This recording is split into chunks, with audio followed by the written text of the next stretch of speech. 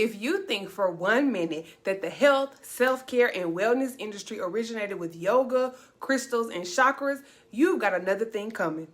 It was stolen from the original creator, and I'm going to prove it to you. We are breaking down the additional areas of kingdom wellness in this video, the things that have concrete evidence in the Bible, and I'm discussing the warning God gave his people about following these new age rebranded Babylonian practices. Hello, Kingdom Kin. My name is Jessica Greer, and I am your Kingdom Wellness Coach. I bring you personal development and wellness tips based on biblical knowledge and practical understanding so you can take your life to a higher ground.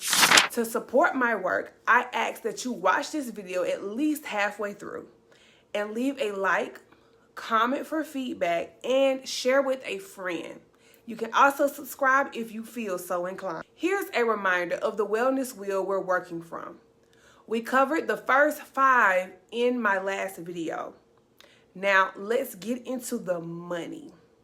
Your financial health is determined by your ability to handle assets, which are often referred to as your time, talent, and treasures. This is not limited to your giving. How you responsibly manage the assets God blesses you with are strongly correlated with your true faith in God. Biblical financial health is summed up well in Proverbs 30, verses 7 through 9. It reads, "2 things I ask of you, Lord. Do not refuse me before I die. Keep falsehood and lies far from me. Give me neither poverty nor riches, but give me only my daily bread. Otherwise, I may have too much and disown you and say, 'Who is the Lord?' Or I may become poor and steal and so dishonor the name of my God." God does not want us to be in lack whatsoever. Do not believe the hype. But he also does not want us to see value in anything higher than him. This is a balancing act in life.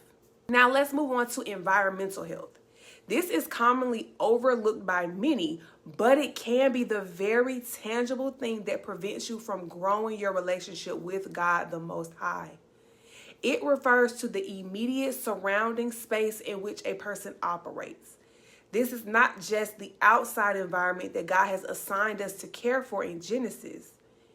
Any space that you occupy regularly is your environment. Your office, your car, your bedroom, your home, in addition to valuing God's creation. The way we take care of these things matters. Genesis 1:28 says, God blessed them and said to them, "Be fruitful and increase in number. Fill the earth and subdue it.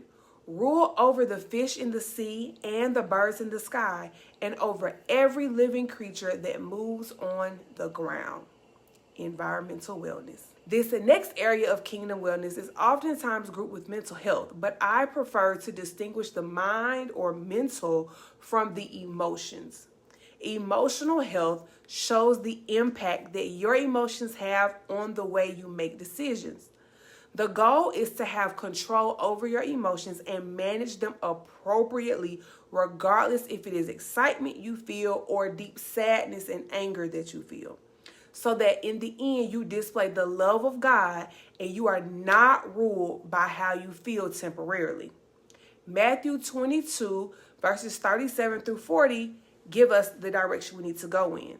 Jesus replied, "Love the Lord your God with all your heart, with all your soul, and with all your mind. This is the first and greatest commandment. And the second is like it.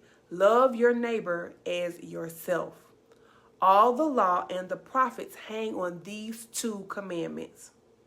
Regardless of how we feel, the result should be the action of love. Finally, social health is our ability to be relational in a healthy way. Almost everyone is familiar with the effects of toxic relationships, whether romantic or platonic. They are dangerous to your health. The book of Proverbs speaks a lot on health as it relates to our social relationships, but I think that Proverbs 27:17 is by far the best example. It says, as iron sharpens iron, so one person sharpens another. This is how our relationships are supposed to be. They should sharpen us, and we should do the same in return. They should not be toxic, y'all. If yours do not sound like that, there may be some changes that are needed. That's why I developed the concept of kingdom wellness, so that believers could have a focal point for their personal development within the Christian faith. These areas should give you a good idea of how to operate in each area of life, because every system has biblical checks and balances for what we encounter in this world. For example, we know that God's word warns us in Deuteronomy 19 verses 9 through 14 to live holy within the land. It says, when you enter the land the Lord your God is giving you, be very careful not to imitate the detestable customs of the nations living there. For example, never sacrifice your son or daughter as a burnt offering, and do not let your people practice fortune telling or sorcery or interpret omens or engage in witchcraft or cast spells or function as mediums or psychics or call forth the spirits of the dead. Anyone who does these things is detestable to the Lord. Anyone. It is because the other nations have done these detestable things that the Lord your God will drive them out ahead of you. But you must be blameless before the Lord your God.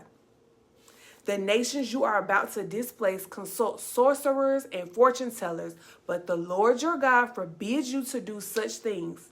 His original command, y'all, applies to any land where his children live.